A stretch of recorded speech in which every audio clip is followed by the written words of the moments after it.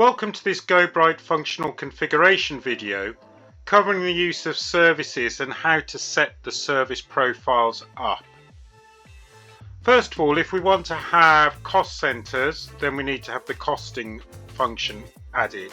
So we can go to Settings, General, and we can scroll down to Services, and you can see in this case we've got the price calculation enabled, and we've got the cost center as well that's required with confirmation.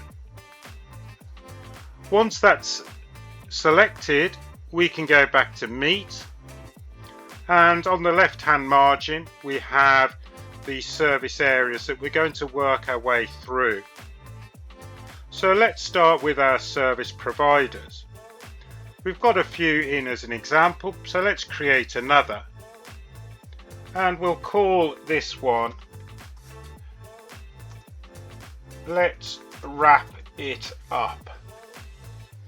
We can change the time zone, and we're going to have the choice of emailing a daily overview, and we can have the choice of only send a notification if the delivery request is within, but I'm going to say we'll always send a notification.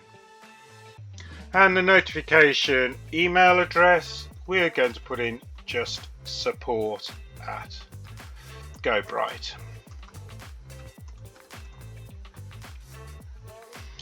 We then have a choice of notifications, and this relates more to the requester.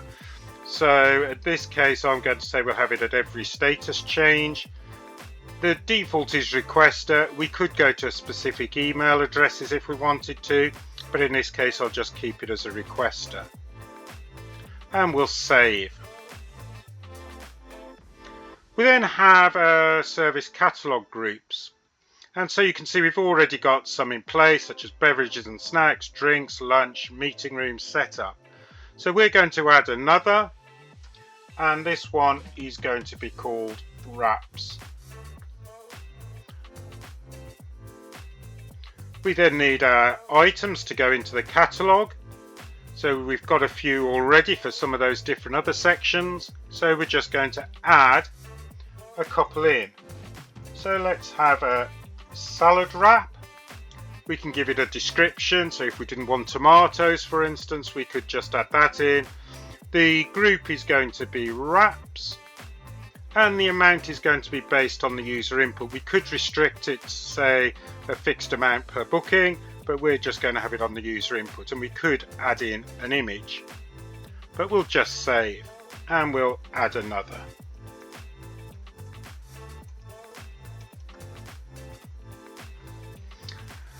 And likewise, we just need to change the group over to wraps, and we'll save. We can then move on to the service routines and permissions, and in this case we're going to add in another routine, and we're going to call this one wrapping, and the service provider is going to be Let's Wrap It Up. We could just put a general remark. Priority, we could change the priority, but we'll just leave as default, and we'll keep it as only room bookings, but other options are available as well. And if we're a multi-site, we might want to restrict where this is actually going to be available, but in this case I'm going to keep it as all locations. And there might be a lead time, so we might need 1 day's notice for instance for the catering order to come through. We can then add a catalogue item, and we're going to go to our section of wraps, and we're going to just select our catalogue items. We can then choose currency that we're working in,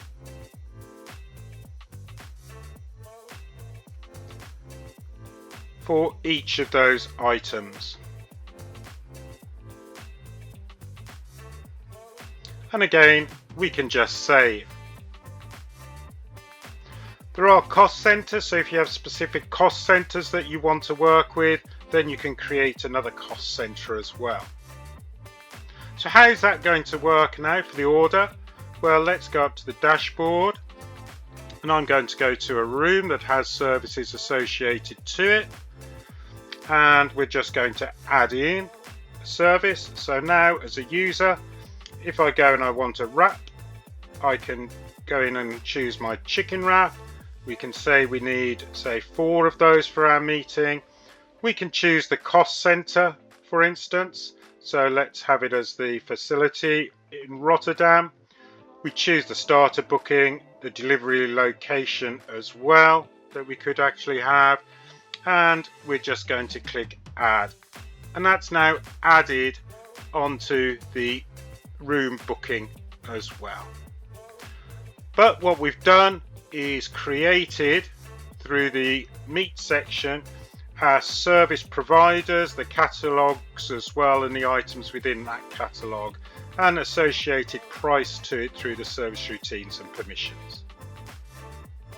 Thank you for watching this GoBright functional support video. If further support is required, please go to our website gobright.com and visit our help centre.